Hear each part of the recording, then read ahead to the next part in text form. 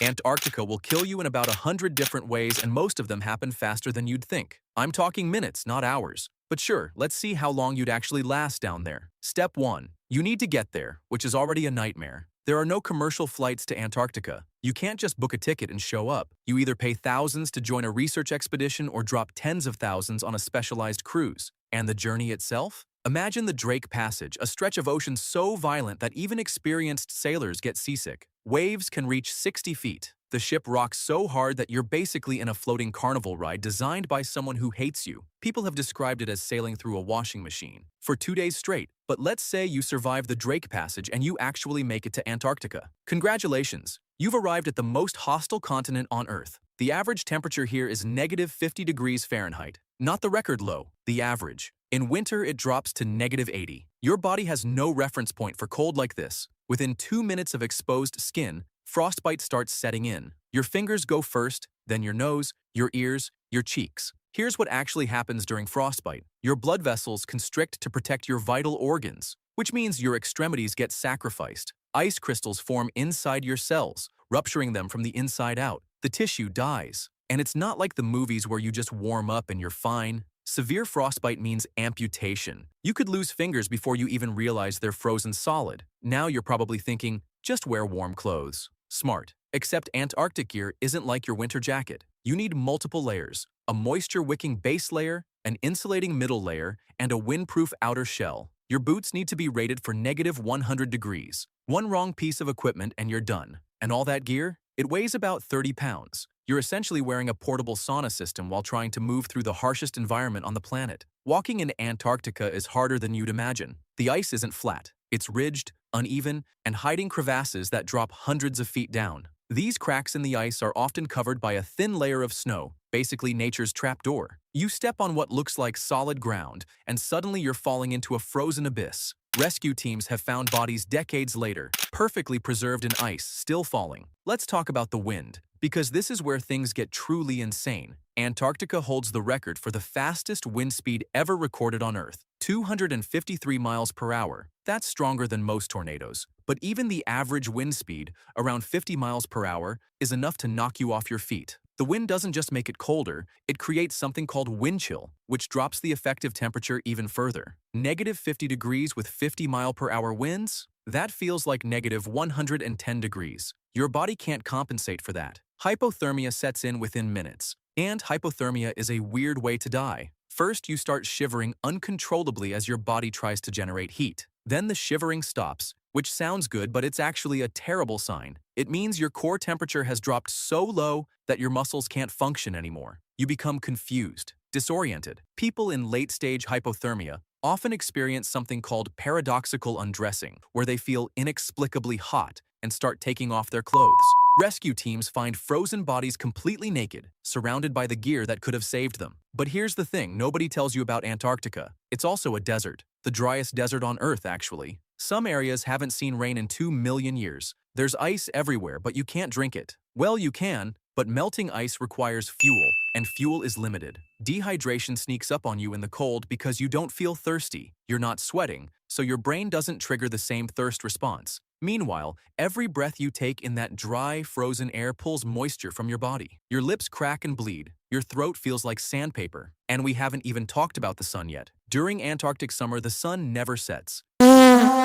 It just circles the sky for months. Sounds beautiful until you realize your circadian rhythm is completely destroyed. You can't sleep. Your body has no idea what time it is. The constant daylight reflecting off endless white ice causes snow blindness, where your corneas literally get sunburned. Without proper eye protection, you go blind. Temporarily at first, then permanently if exposure continues. So you're freezing, dehydrated, sleep-deprived, potentially blind, and you've been there for maybe 6 hours. That's when the real psychological challenge begins. Isolation does strange things to the human mind. In Antarctica, you're surrounded by emptiness on a scale that's hard to comprehend. The nearest tree is thousands of miles away. The nearest city, even farther. If something goes catastrophically wrong, rescue could take weeks, if it comes at all. Your brain wasn't designed for this level of isolation. Humans are social creatures. We need stimulation, variety, interaction. Antarctica offers none of that. just white. Endless white in every direction. Some researchers describe it as sensory deprivation on a continental scale. You start seeing things that aren't there,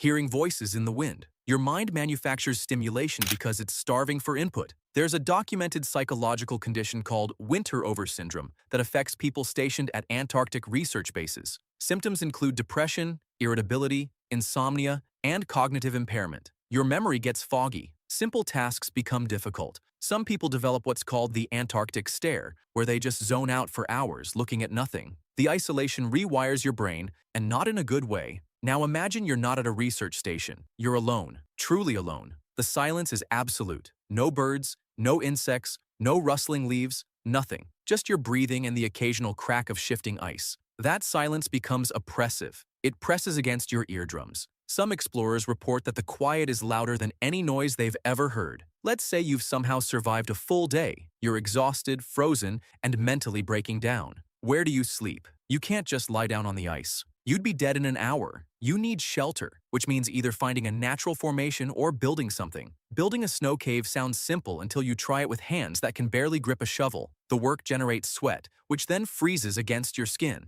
You're creating your own personal ice prison inside your clothes. Even if you successfully build shelter, sleeping in Antarctica is its own nightmare. You can't fully undress because you'd freeze. But sleeping in full gear is uncomfortable and restricts circulation. Your sleeping bag needs to be rated for extreme cold. And even then, you'll wake up multiple times shivering. If you sleep too deeply, you might not wake up at all. Food becomes another critical problem. The human body burns massive amounts of calories trying to stay warm in extreme cold. Antarctic explorers consume between 5,000 and 6,000 calories per day, sometimes more. That's 2 to 3 times normal intake. Without that fuel, your body starts cannibalizing itself. Fat goes first, then muscle. You become weaker, slower, more vulnerable. And what are you eating? Hopefully you brought high-calorie, freeze-dried food. Because there's nothing to hunt or gather. No plants, no animals wandering around offering themselves up for dinner. Penguins and seals exist, but they're near the coast. In the interior, there's literally nothing alive except you. The wildlife near the edges brings its own dangers.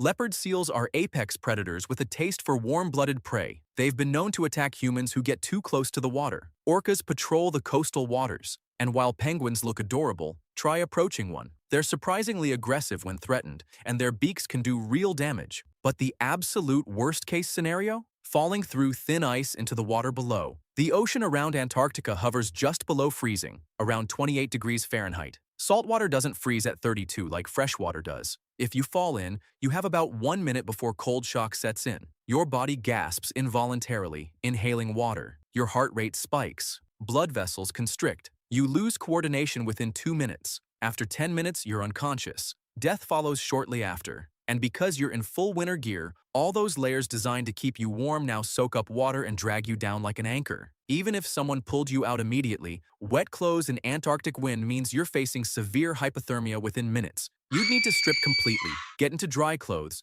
and warm up fast. Good luck doing that with frozen fingers and no shelter nearby. So here's the reality. You wouldn't last 24 hours in Antarctica without serious preparation, equipment, training, and probably a support team. The continent doesn't care about your survival skills or determination. It's actively hostile to human life in ways that most environments aren't. Every single element is working against you simultaneously. The cold, the wind, the isolation, the terrain, the lack of resources, the psychological strain. There's no escape, no backup plan, no second chances. Antarctica doesn't forgive mistakes. It just buries them under ice and moves on. That's why fewer people have crossed Antarctica on foot than have summited Mount Everest. The frozen continent remains one of Earth's most effective killers, patient and thorough. Nature's ultimate endurance test, where almost everyone fails. So no, you wouldn't survive 24 hours in Antarctica, not even close. You'd probably make it 6, maybe 8 hours if you're exceptionally lucky and well prepared. But the cold would get you eventually, or the wind, or the isolation, or you'd step wrong and disappear into a crevasse. The continent has a perfect track record of reminding humans exactly how fragile we are. Every person who's ever set foot down there did so with massive logistical support, specialized equipment, and extensive training. Even then, people die. Experienced researchers, seasoned explorers, people who knew what they were doing. Antarctica doesn't discriminate, it just waits. And the scariest part, the continent isn't even trying to kill you. It's just existing. You're the one who doesn't belong there. The cold, the wind, the emptiness, That's just Tuesday in Antarctica. The harshest place on Earth isn't harsh because it wants to be. It's harsh because anything less wouldn't survive there either.